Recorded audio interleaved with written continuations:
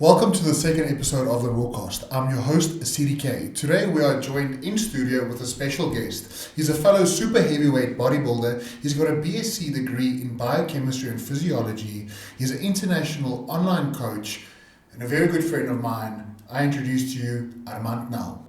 Awesome. It's great to be here. I would love to make your podcast grow, obviously. So I'm keen to be one of the first guests. So we just quickly had to warm up Armand some meals, you know. It's that off-season life now that we have to get. So just ending off on the Andrew Jack Classic. Armand, so you're saying you placed third. Let's hear it, dude. How do you feel about your placing? Did you feel... This is the truth, brother. Give it from the heart. Let me put it out like this. I personally, out of my perspective, look, I'm not a judge, but I really think what I know about bodybuilding, I've thought you in second. So obviously Dax, phenomenal, looked very, very well. Well-deserved win on his part. Extremely full, skin-splitting fucking full. So I was really proud of his win because leading up to the show, I also had a training session also with him in Cape Town as well during my off season. So it was quite nice to see the hard work also pay off on his behalf. And in terms of Jake, we go back long. Like we've been rivals now for years. On and off. So we've become really good friends in the process now. Usually just before a show, there's a lot of banter going on, so we don't really, like for instance, he would send me a message and I wouldn't even fucking read the thing because I know he's playing mind games with me. But yeah, if I had to really be honest on my placement and how I feel on the show, in terms of my subjective opinion of what I thought needed to be brought to win the show, in other words, conditioning. I knew I had to bring a certain level of conditioning to beat this guy. And I really thought I did bring the conditioning because I was really fucking peeled that day. So in terms of conditioning, I really felt I took him on the conditioning for once, which isn't really a regular occurrence because he comes in fucking peeled like almond glutes and shit, you know. But yeah, at the end of the day, I do believe that I think I was second that day. But at the end of the day, I can't also really say because the judging have a certain criteria what they work towards. Like for instance, back in December, Barry Shane Munger. He competed in the super heavyweight lineup against Mdu as well as Brendan Tron. Yes. And dude, in my opinion, I looked at Barry and I was like, fuck, this guy. Barry looks fucking good. He was peeled. He had the best shape he's been in his life, and they placed him third. And the other guys in the lineup, they weren't conditioned at all. They may have had a bit better muscle fullness than him, but it wasn't the winner in my opinion, you know. It's very dude, when it comes to every lineup and every show, the most accurate judging they have ever done is at Muscle Militia in 2022. The reason is because they had an international panel. And you know, if you in my perspective, if you try and get ready for a show, you look at Mr. Olympia or Mrs. Olympia in bikini or wellness or classic, you're going to look at Chris or you're going to look at Hardy. You know, that's what you look like. Then you come in like something, you look like that and they place you last. So like I just feel maybe they had a certain criteria on the day or a look that they were going for. And he became Mike, so so I feel like maybe on the day itself they had a certain look that they prefer because at the end of the day they compare you against the top guy in that lineup. So it also depends on who shows up on the day. Like if you have a lineup where everyone's fucking tall and you have this random ass short guy. Yeah, you know what I'm saying? Like they're Yeah. comparing apples with apples, and now to oranges. apples to oranges, and so we were a lineup of very tall guys. All of the guys that showed up were above 1.80 centimeters. So, in my opinion, if I have to look back and I have to really make a rationale as to why they would have placed me behind him, I would say maybe because when you look at Dax, he was really full and he was really big. Now, when you look at me, I brought my best condition to date, but maybe I sacrificed a bit of fullness for that. I don't know. So maybe they thought, okay, listen, we have this guy that's very conditioned and very full. Now we have this guy who is very big. Make no mistake, Jock is very fucking big. Yeah.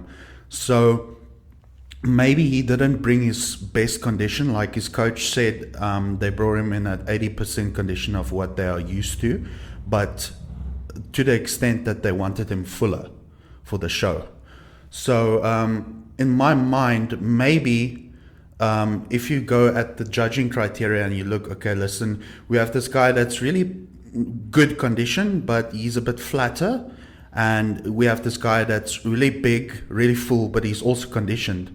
Okay, so who's in between these two guys, you know, like conditioning? That's the only thing that makes really sense to me, because the one judge afterwards, he asked me, listen, what did you weigh in today? I was like, listen, I was lighter than last year. What did you weigh in? I weighed in 106 kilos. Yeah, so it's slight, it's 2 kgs. Yeah, lighter than the previous year, but much more conditioned. So, and he was like, see, I told you it was lighter. It's like... They can, remember, these judges can also see it, dude, because they follow us. Let me tell you, and like, especially if we've been competing the way you and I have been, they know exactly. They know about Jake. They know about you. They know about Barry. They follow, and they got an eye, because at the end of the day, we are the future of South African bodybuilding. The old guys, if you look at it, the old federation and the old bodybuilders they retired, dude. Yeah. Who's coming out? So they can look at it. At the end of the day, everybody looked phenomenal. It wasn't like fucking, like you said, apples to pears. You know, it was literally apples to apples, and that's where the judges' eye of view come in. You know, respect. At the end of the day, just come in better. Yeah, at the end of the day, like I said to another guy, at the end of the day, if they had me second or they had me third, it doesn't fucking matter because not first. I wasn't first. So back to the fucking drawing board, and now let's work. That's the one. Yeah, so at my respect to all the competitors that stood against me, very highly seasoned veterans, even though they're all young, it's experienced guys that have a lot of talent. So my respect to them. Like I said, at the end of the day, we aren't always going to agree with where we are placed. However, I do feel like I can make a rationale in my head as to why maybe certain things might have happened the way it did. But yeah, just now looking forward, all I can do is improve now going forward. It wouldn't make sense to bump my head around one placing. Dude, it's at the end of the day, you know, take it away. I always judge my physique by being better at each show. So, like I said earlier, you know, you're fighting the man in the mirror. So if you're better each time, dude, if you're gonna do 10 shows, and if you're better fucking by each show, by the 10th show, you're gonna almost look like Nick Walker. So yeah, that's exactly how I envision everything I do as well. So yeah, it's just a time game. Literally, bodybuilding, I had a very good quote that I said, bodybuilding is a marathon made of sprints. So it's not something that you're gonna do, you know, 1 year. Like I've been bodybuilding for 10 years, dude. I'm sure you similar time frame. Yeah. I did my first show when I was 18 years old, which is 10 years ago. So I've done about 27 in total. So fuck, been there, got the t-shirt. Thanks for coming. So Armand, moving on from that, one thing that I really want to touch on, and the main reason why you're on this podcast today is your biochemistry and physiology degree is pretty amazing. I mean, just going into detail what it is. So the biochemistry is the branch of science which is concerned with the physiologic chemical process that occurs within living organisms, if I'm correct. Well, Google should be correct. And then physiology is the branch of biological that deals with the normal function of living organisms and their parts. So basically what goes into the living organism, the cells and things. So, it's kind of correlated directly into bodybuilding. Is that the reason you went into it, or why did you make the decision to study this? Funny story. Like, not a lot of people notice about me. I'm quite religious. I'm really religious. Like, I don't wear it on my sleeve every day like a lot of people. So this is actually a funny story as to how I actually stumbled onto my degree. So back in matric, when I actually did all my applications for universities and degrees that I wanted to do, I initially told my mom, listen, I want to do engineering, and it's either going to be at Stellenbosch or at Tux. And she asked me, listen, why do you want to do this? Like, why engineering? You have no passion in this.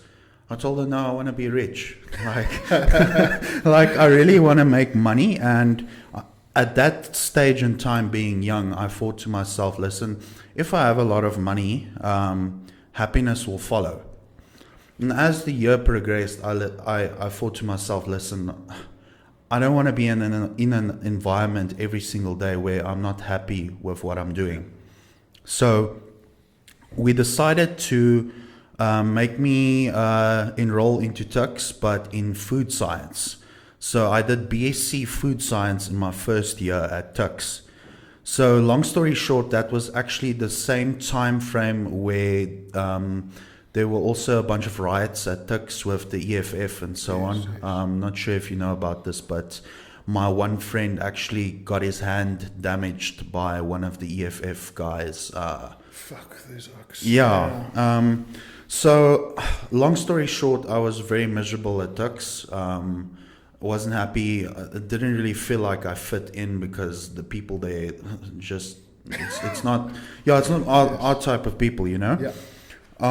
So I decided, listen, I have a lot of friends who study at Potch in Bucca, and I was like, okay, maybe I should enroll there for a degree.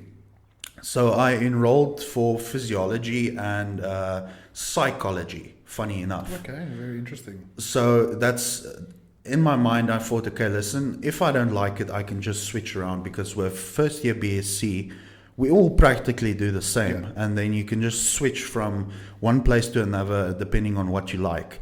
And they said, okay, listen, great, you have good marks and we can enroll you. Only problem is that we only have space at biochemistry and physiology left. So that's how it happened, yeah? Yeah, so that's why I say the Lord works in mysterious ways. And long story short, I obviously started with the biochemistry and physiology, and I quickly started to realize, like, shit, listen, this is literally exactly what I need to be studying for, maybe taking it further in bodybuilding and maybe having a higher education than the next guy in what I'm doing, So I thought to myself, maybe in the future I can do something where I can integrate my bodybuilding passion with the biochemistry and physiology, and maybe along the lines we can make this work. And I knew as well, listen, if I do this, it's going to give me an advantage over the next guy, because I'm really going to be studying the human body in depth. And that's essentially what I did. And since then, I've never looked back. Was an amazing course. I learned a lot. And I can truly say that it's made all the difference in me as a coach as well.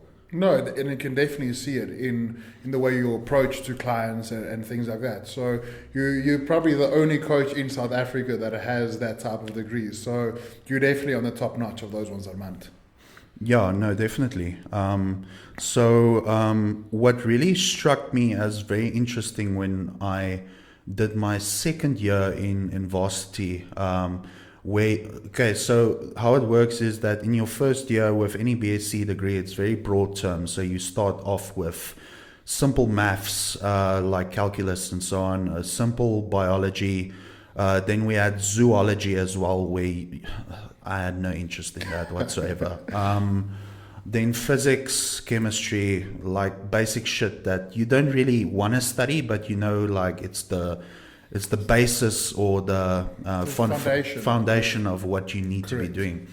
So second year we started with biochemistry for the first time, and one of the topics that really caught my interest was human metabolism and how human metabolism works. Then you go look at certain processes in the body, like the Krebs cycle, glycolysis, all of this, and how food basically gets broken down and converted into energy. And then you can see all the intermediates that basically contribute to energy production as well. And I thought to myself, okay, listen, shit, I'm learning all of this shit now.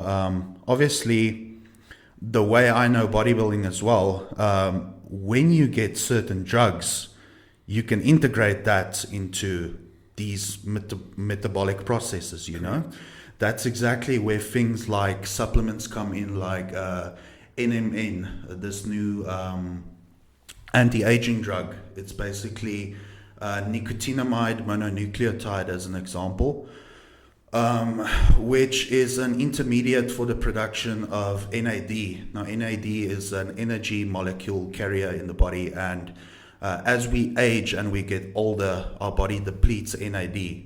So for me, this was really game changing. I learned a lot, and I really appreciate the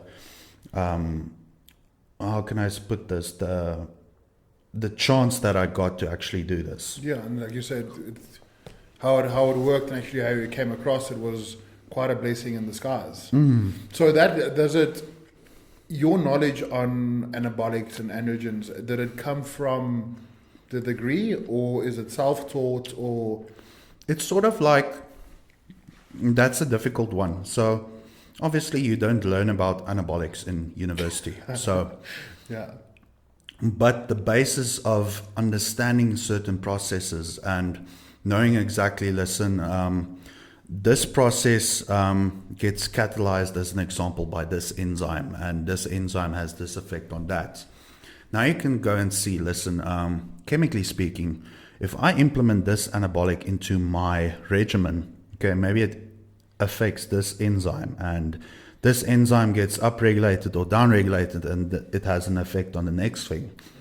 So it sort of integrates into one another. So what we did and what I learned about in varsity is more the bioidentical hormones, like your basic insulin, growth hormone, testosterone, dehydroepiandrosterone, all the basic bioidentical hormones. Now, once you understand the physiology behind these certain hormones, you can start extrapolating, okay, listen, this and this anabolic is just basically a derivative of testosterone. So Correct.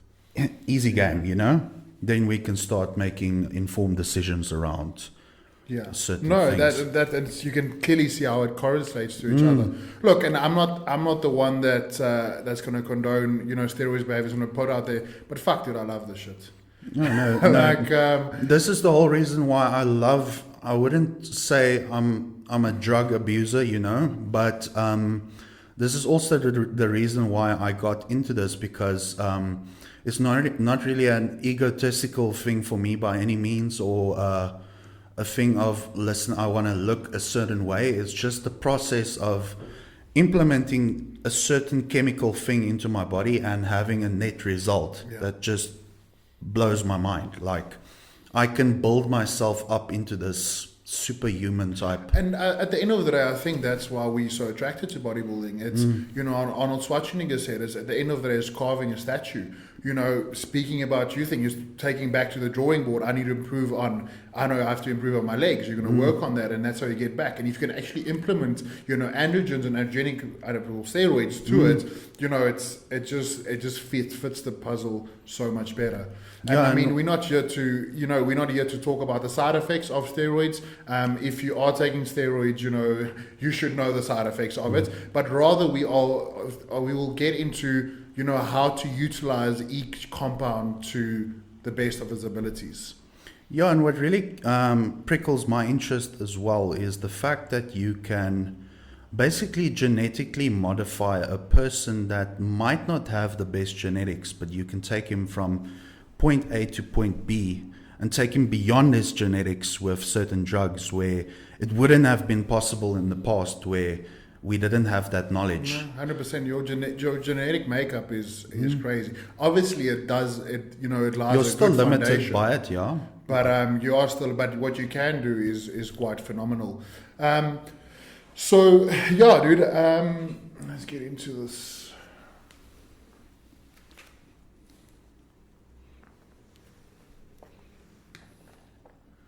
So yeah, I've got a few topics that I want to just touch base on what you think, and then we obviously got the questions from fans and viewers and things they would like to know. So going into it, one thing that I've personally realized, especially in the off season, is I get extreme prolactin release, especially using a nandrolone such as NPP, which is nandrol phenyl propionate, but not on tren. Is there a reason to that? Because I have tried taking Dostanix and things like that, but it just I get signs of gyno due to progesterone and not estrogen. I think the main reason for this is because nandrolone itself is an intermediate in the production of estrogen, actually. So when you go look at the production of estrogen and so on, and you go look at like the conversion of certain hormones, you'll see that nandrolone is in between those. So now you have these highly estrogenic compounds that gets sort of like amplified by the DECA that you're using. So I think that's the main reason why you'll see that a lot of people tend to have more side effects in terms of prolactin issues with DECA and testosterone. And you should also keep in mind that body fat and estrogen conversion is also highly correlated as well. So the higher your body fat is, the more estrogen conversion there is as well, because the aromatase enzyme is actually within your fat cells. So if you logically go think about it, when you use DECA, it's probably going to be in your off season. So 100%. You're going to be a bit fatter. Now you're using a highly estrogenic testosterone base, let's say a Sustanon or whatever, a SIP, where you're not really injecting very frequently, probably. Now you're implementing your DECA with it as well. That is an intermediate for production of estrogen. Now you have all these underlying factors that basically build up together to have this problem. Whereas if you were to use trenbolone, chances are you're going to be using it in an environment where you are a bit lower body fat, and makes a lot of difference as well. Also, chances are you're going to be more on top of your game in terms of estrogen management then as well. So now where you have the estrogen that gets amplified by the nandrolone, you wouldn't probably have that issue with the trenbolone. Correct, and that's actually because the reason that's the one question I had, because of the life of me, I could not figure it out, and it makes so much sense because it is in the off season, and tren you use in the on season as well, especially once. And if you use tren in the off season, it's probably going to be a bit lower dosing as well. Probably an enanthate as well. Yeah. So and then obviously with testosterone base, you go into a propionate, which is your injection frequency is once every day and stuff like that. And then on that note, and we're speaking about your new coach and things and what you did, dude. What is dosages like? What do the pros really use, in your opinion, especially coming from your degree? Is is 1,000 milligrams of straight I'm really that much? gonna be honest with you, like in my personal opinion, there is no set answer to this. It's gonna depend on the athlete, it's gonna depend on the coach, and it's really gonna depend on a lot of variables. So, as an example, if you go look at, you can immediately tell when a guy is very extreme or when a guy is genetically blessed. Correct. And a lot of times the genetically blessed guy doesn't have to use the amount of anabolics that the harder working athlete must be using, you know. And I don't want to make assumptions. I don't want to go off of word of mouth, you know. But from what I've seen and what I've heard is that athletes like this, you can't deny. If you go look at Dallas McCarver's autopsy, his heart was enlarged like by a very large margin. So you can probably say that that guy was abusing fucking drugs. But does that, so organ enlargement, does that come down to growth hormone or as a specific compound such as nandrolone or testosterone or DHT perhaps? It's a combination of things, because now you need to remember that your body is getting larger, so the demand for a lot of processes gets enhanced as well. So now your liver needs to keep up. Your liver enlarges because the amount of detoxification processes need to get enhanced as well. Your heart enlarges because of the demand of oxygen that needs to be supplied. The growth hormone can definitely have acromegaly effects on things like your facial structure and bones in your hands and so on. So I think it's a combination of things, like organ growth as well can come, like these bubble guts we see these days. I actually saw it now that you're saying it, like there was a few guys at the Andrew Jackson. I was like, fuck's sake. Is that JH? Is it like a hernia? Like fuck it, because even some girls, it looks terrible.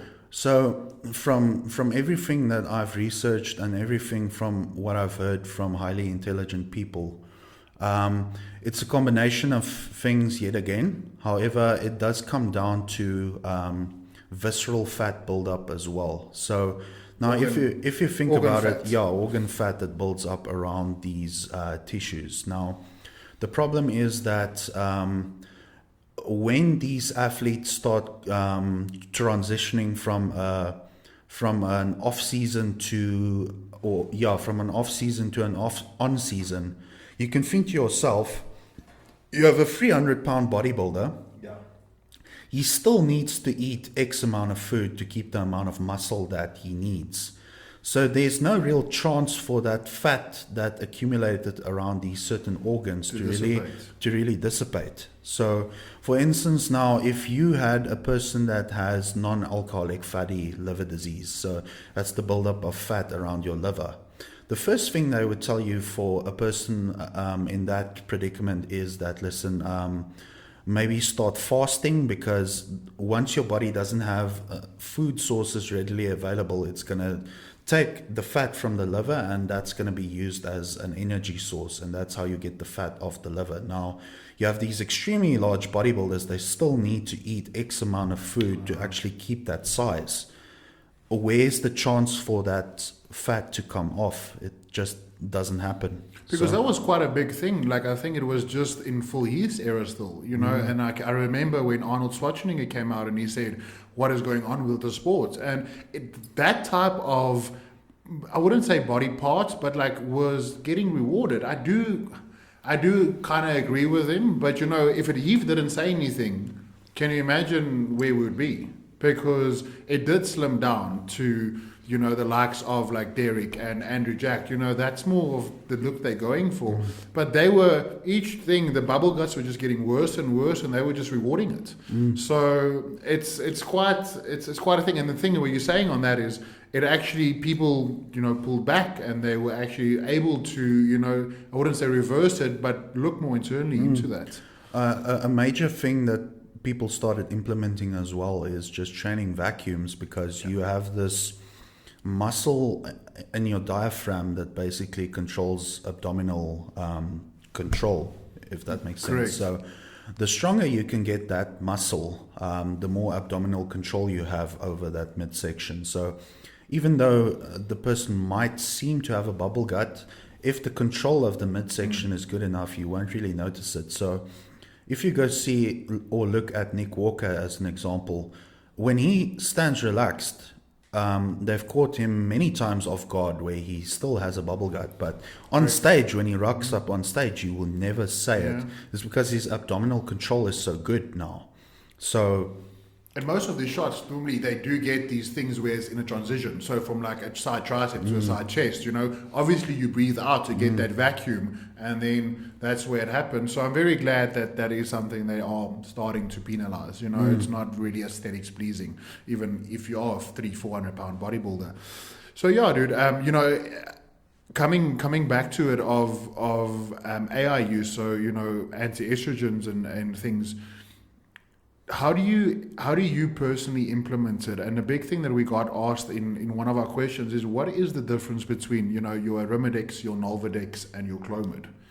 Okay, so the main reason why I would normally implement, let's say, a SERM over an anti-estrogen is, or a aromatase inhibitor, is just the main fact that these SERMs are selective in nature. So they can exert certain effects on estrogen in one part of the body while having a different effect in another part of the body. So how SERMs work are the fact that your brain obviously works by secreting testosterone in a negative feedback loop. And that makes sense because as a natural individual, let's say you have too little testosterone, your brain tells you, okay, shit, we need to make more testosterone. Correct, or yes. listen, too much testosterone now, we need to crank it down. So now when you go look at drugs like Clomid, we basically biohack this feedback loop by telling the brain, listen, there's a shortage of testosterone now the whole time. And that is why we would implement Clomid as an example in a PCT, because your brain thinks there is no testosterone production, and now it ramps up GnRH. So it kind of like fools the body, Yeah, exactly. Now, the main thing that I really found interesting between Clomid and Nolvadex, as an example, is that so Nolvadex actually increases progesterone receptors in the body. So the problem with that is that can have some other side effects as well. And Nolvadex can also ramp up SHBG production, which you obviously don't want to have very high in a cycle, because that means less testosterone available. But yeah, the main advantage, I would say, of these SERMs over an anti-estrogen is the fact that you can still control your cholesterol or lipid production, because where, let's say, a SERM has positive effects in the liver by still making sure that there is adequate amount of cholesterol production, you have this increase in HDL. Now, a lot of times you can actually combine these certain drugs like your aromatase inhibitor with your SERM to actually combat the effects that you're getting from the AI, to actually alleviate some of the symptoms, if that makes sense. So you can actually increase your HDL levels when you combine the two. But in terms of the difference with, let's say, a drug like Arimidex as an example, that literally just fucking nukes your estrogen, basically, if I have to make an analogy. That's what you want, Yeah, so it binds to the estrogen, and then the estrogen gets excreted. Now, the problem with drugs like Nolvadex, as an example, is that you can still have that estrogen rebound because it doesn't get excreted. It doesn't get physically destroyed. Yeah. So with the Arimidex, as an example, you get rid of the estrogen, whereas with the Nolvadex, okay, shit, when you discontinue the drug, you can still have that rebound effect on the estrogen as well. So I think not to confuse some viewers as well, as a SERM to a SARM is completely different. So No, completely different. so a SARM is a selective androgen receptor modulator, and a SERM is selective estrogen, correct? Receptor modulator. Yes, yeah. So that's what I also want to touch base on, because a lot of new upcoming guys, they think, I'll take a SARM. I'm personally not a big fan of it. I've never used it. I've only heard horror stories in a way. I think there's also a lot of things that it hasn't really been. There's no long side. This hasn't been studied for long enough to know the long-term side effects. So people do use it. It's still fucking bad. At the end of the day, I advocate injections because it doesn't have to go through your kidneys and your liver. It's straight into your bloodstream. Once you start taking things like, and I actually speak about a personal experience. I was hitting Anadrol, like was going out of fashion, and I completely lost my appetite. It's because it was hepatotoxic. So my liver, I was going from eating 6,000 calories by barely getting in 1,000. And I think that's a big thing, and that's exactly why we, and I personally, I think you as well, don't really do advocate for orals in the off season. So coming back to the SARM of it, what is, with your history and your degree, what is your opinion, your honest opinion on it? Look, like anything else, I've used everything. I've tested it for myself. I'm not going to be a hypocrite here and sit and say, listen, don't use this or that, because I have used it in the past as well. But if I logically go think about this, and I tell someone else to logically go think about this, now you have this drug where they have multiple studies done on it and its safety profile versus something else that isn't really as effective. It might come close, but there's no safety data on it, nothing. Yeah. Why on earth would you use this thing? It makes no fucking sense to me. So there are certain drugs that get classified as SARMs but aren't really SARMs that I would advocate. Like I have mixed opinions on the cardarine as an example, which isn't a SARM, it's a PPAR agonist. So there has been a rat model that has shown cancer, as we all know. When you read a fucking Q&A, everyone says that cardarine may cause cancer, but the problem is that this was in a rat study, and these were already genetically prone cancer mice, if that makes sense. They were already genetically prone to it. So you can't really extrapolate that from the study. Yeah. So when you go look at this, there are certain SARMs that can really benefit you. And I also feel like certain peptides can be a game changer. However, most of these drugs that haven't been tested, I would really say stay away. Yeah. Just stick to the bread and butter and the basics, and that's all you need. Because you're mentioning peptides now, and dude, yet again, from a personal experience, injecting TBC 500 and BsC, I think, 157, holy fuck, dude. It was literally I remember injecting it the night before, and then I couldn't move my arm the next day, because the reason being is my tendon, but the muscle's actually growing back. So if you utilize things like that correctly, and you know what you're talking about, that is an amazing drug. Perhaps you can, just touch base on what really does happen when you inject a peptides like BsC.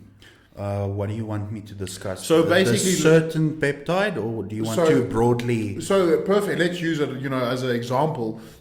When tearing my chest, and I'm sure you use it as well when you tore yours. What happens injecting it? What does the peptide do? Okay, so obviously, when you tear a muscle group, there is this inflammatory response that is obvious, because your body knows now it has been damaged, and it needs to send certain signals and inflammatory cytokines and things of this nature to actually start repairing this injury that just occurred. Now, the one thing you really want to do when you get an injury is really get the inflammation down at first, before you can start getting blood flow into the muscle and actually start the recovery process.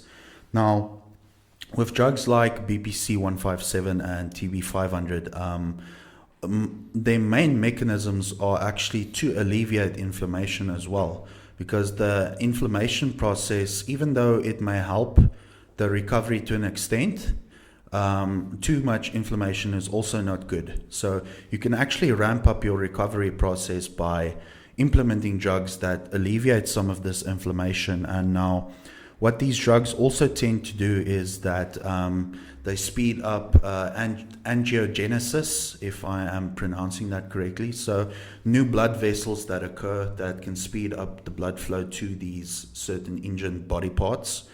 And yeah, they just ramp up collagen synthesis in general as well. So you have this triple whammy effect of things that are occurring that can speed up your recovery process. So I don't know why you wouldn't implement it. So no, and I mean, I can add that was maybe the reason my chest did get back into things. So great thing. So if you guys are also suffering with that, something like that, definitely do implement it. And then on another note, dude, on ongoing personal experiences and things like that, my worst drug I've ever taken was equi, which is Boldenone. Let me tell you out of my personal experience, and you can tell me, what is your opinion. So firstly, it's the only compound that hasn't been tested through human trials, which is quite hectic. If you look at things like that, and even those that they do test, which is surrogate models, they did find that is extremely actually got it here. That increases renal toxicity in the body, and it also drives oxidated stress in the brain. So it's not good. That's the side effects of it. And obviously, it also doesn't really increase the protein synthesis of it. So it's not really, the side effects of it is a lot higher than, the positive side effects of it.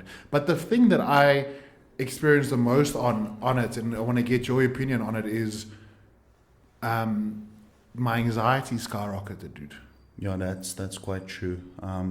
I can't really give a reason for the anxiety. I also really don't know why that occurs.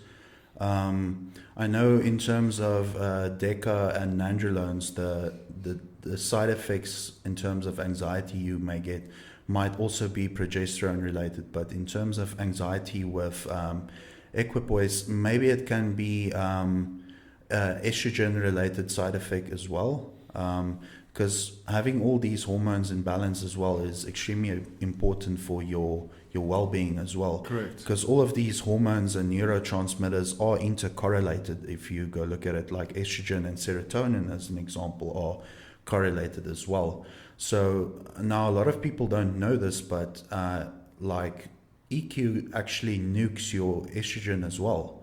So it can be used just like Mastron can be used for like lowering your estrogen a bit.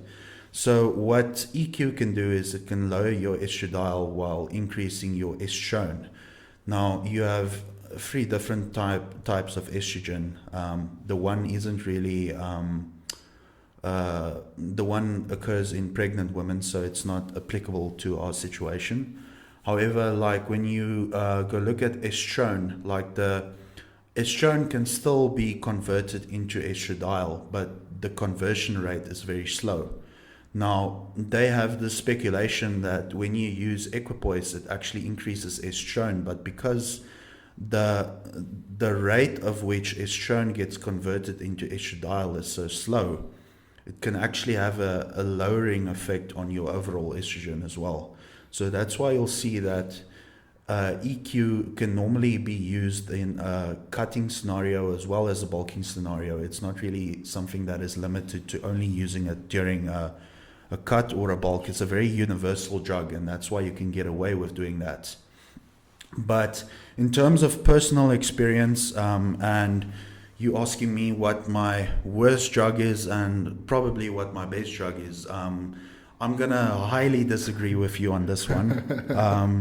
Look, this I say, this comes out of personal experience. Exactly. No, we all have, at the end of the day, how you genetically respond to a drug as well is also going to vary a lot from the next guy. So for me personally, EQ is one of the most used compounds that I use. I really enjoy EQ. For instance, you wouldn't really see me using Deca as an example. It's not something that I like to use.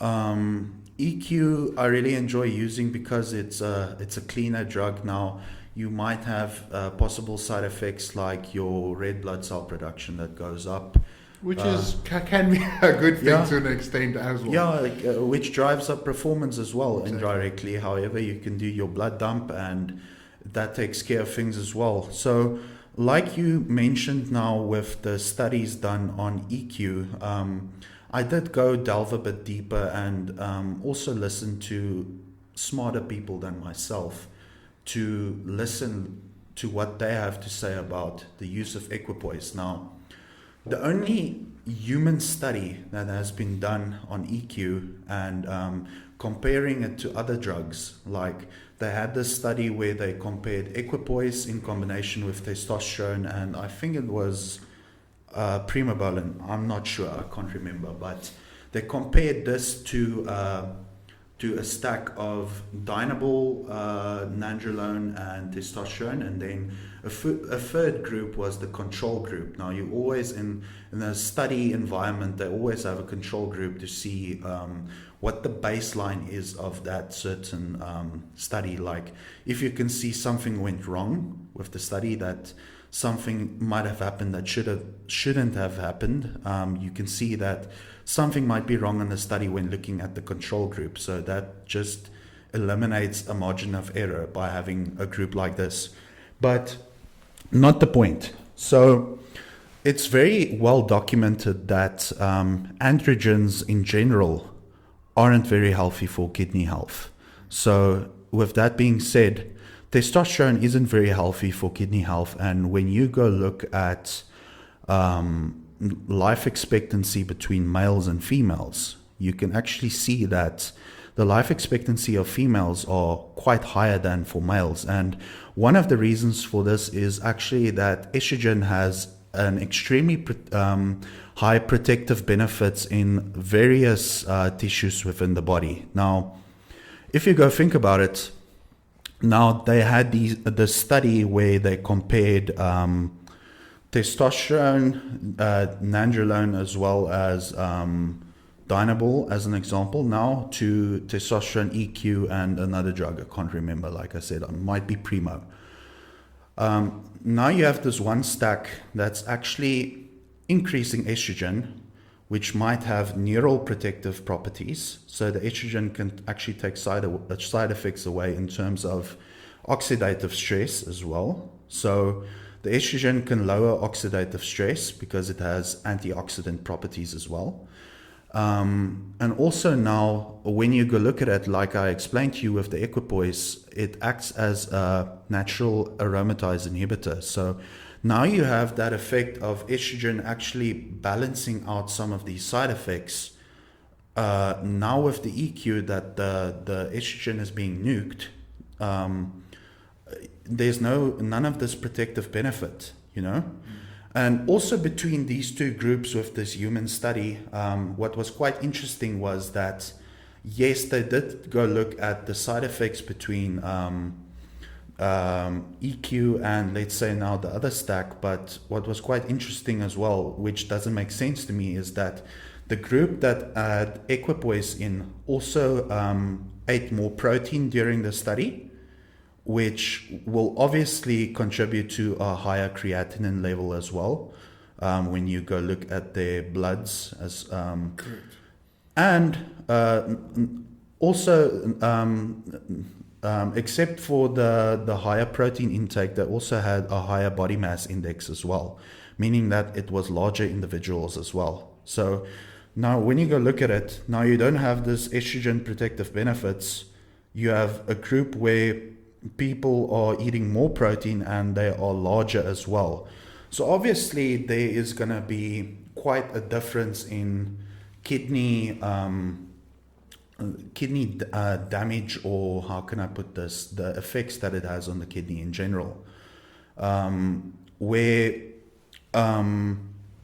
it might have been a bit lighter in the other group where we had the estrogen protective benefits as well. So from what I could tell as well from what the people said is that you can't really correlate that the side effects in terms of kidney health is directly contributed from the equipoise itself. It has to be a multitude of factors that you should take into consideration. So if I had to guess, they have to make more investigation into this topic, maybe do more studies before you can actually 100% say that, okay, listen, this drug is very toxic to the human body. However, I would be remiss if I didn't say that you should remember that a lot of these other drugs have not been investigated for kidney health as well. So it doesn't mean that, let's say you go look at studies now, if a drug hasn't even been studied for its effects on kidney health, you can't really say that it doesn't have effect at all. At all, 100%. Like absence of evidence and evidence of absence are correlates, yeah. So yeah, like even when we I don't think it was Trenbolone, but from personal experience and what I've seen, Trenbolone can even have worse side effects in terms of renal toxicity and oxidative stress on the brain as well. So yeah, I don't really like to discriminate between these drugs. At the end of the day, we should just use the drugs intelligently, use it on and off, really just monitor your health and make sure that you are fine. And really just see genetically how you respond to the drugs yourself. Look, I must say, like, I had great response to it. Just my fucking anxiety was literally through the roof, dude. But I mean, what you just explained, you might just convince me to to take some equi. I mean, if we're talking about favorite steroids or compounds, I mind, like, dude, mine by far is halotestin, hey? Dude, that shit is fucking amazing. Like, I normally take it in peak week, and you can literally feel it. Look, your aggression levels are gonna skyrocket by also 100%. But then at the end of the day, you know, we had this conversation off air, and we said, you know, if you're a cunt, steroids are gonna just make you a bigger cunt. Yeah, definitely. if you can control it and things like that, well, definitely not. You know, so that's definitely my favorite. And one thing you touched on train a bit there, I love it. The only thing that I deal with, especially if I reach peak dosages, is the night sweats, dude. You know, and that is something I remember waking up last year in prep, and it literally looked like I jumped into a swimming pool. So, you know, is that something that can happen? Or because I've personally read up, and obviously the knowledge that I do have, it couples at the mitochondria level, so it obviously increases your heat expenditure. That's why you sweat, you know, at night. There are a multitude of reasons actually for why you have this heat production, and I don't really think the mitochondrial uncoupling is the main reason for the trend sweats. In my personal experience, the main reason for the tren night sweats that you have is that now you should remember that tren is a very potent nutrient partitioner. So tren is one of the only anabolics that actually increase IGF-1 as well directly. And as you know, IGF-1 has the same affinity to the insulin receptor as well, and insulin has affinity for the IGF-1 receptor as well. So that's why IGF can actually have an effect on your blood sugar as well. So now if you go think about it, not only does it have effect on your IGF-1 production, so basically you go hypo while you sleep, and that's also another reason why you actually start sweating. But not only that, another reason is that the trenbolone actually increases the rate of T4 to T3 conversion. So, which is the thyroid hormone. Yeah, thyroid hormone. So now you have more active thyroid hormone, and obviously most of us use growth hormone as well. Now, growth hormone also speeds up the conversion of T4 to T3 as well. So these are both agents that increase metabolic rate. Now, if you go think about it, your largest natural pulse of human growth hormone is usually at 2 a.m. When you go to bed and you are in your REM sleep. Yeah. So logically, go think about this. When you wake up in the evening from train night sweats, it's usually here around about 2 a.m. So that's 100%. when your growth hormone is peaking. You have more conversion from T4 to T3. You have more conversion of thyroid hormone from the trenbolone itself as well. And now, technically, you're going hypo because you've eaten all your meals throughout the day. You go to bed, you sleep for 4 hours. Your body needs food. So blood sugar is low, and now you have a multitude of factors that just come together and just cause you to fucking sweat. And especially, like you said, normally you are utilizing tren in an on season where you are, in a big calorie deficit. So it makes sense. Like I said, I love this shit. It's what we do. And then last compound that I just want to touch base on that has really, blown up in the bodybuilding scene, especially from international coaches, is telmisartan, which is a blood pressure, molecule. I remember actually asking you about it once, and I was like, hey, dude, I really implemented this, and I started using it again. And it's been amazing, dude. Yeah, it makes a significant difference in your blood pressure. And what I really enjoy about the compound is that it doesn't overshoot. In other words, that it won't make your blood sugar lower than it should. Not blood sugar, blood pressure lower than it's supposed to be. So basically what this compound does is it's angiotensin receptor blocker, or it acts on your angiotensin, renin, aldosterone system, where it, number one, it can actually expand some of your blood vessels so that it allows for less arterial pressure as well. And also there's just better control of sodium and things of that nature to actually just keep your blood volume a bit down as well. So for me, it's a great drug to implement, especially in the off season where you are eating a shit ton of food and you have all these minerals that come together, and now you can actually control that with a drug. Especially when utilizing compounds that actually act on your mineral corticoid receptors, like your anapolin, as an example, your anadrol, which does increase mineral retention.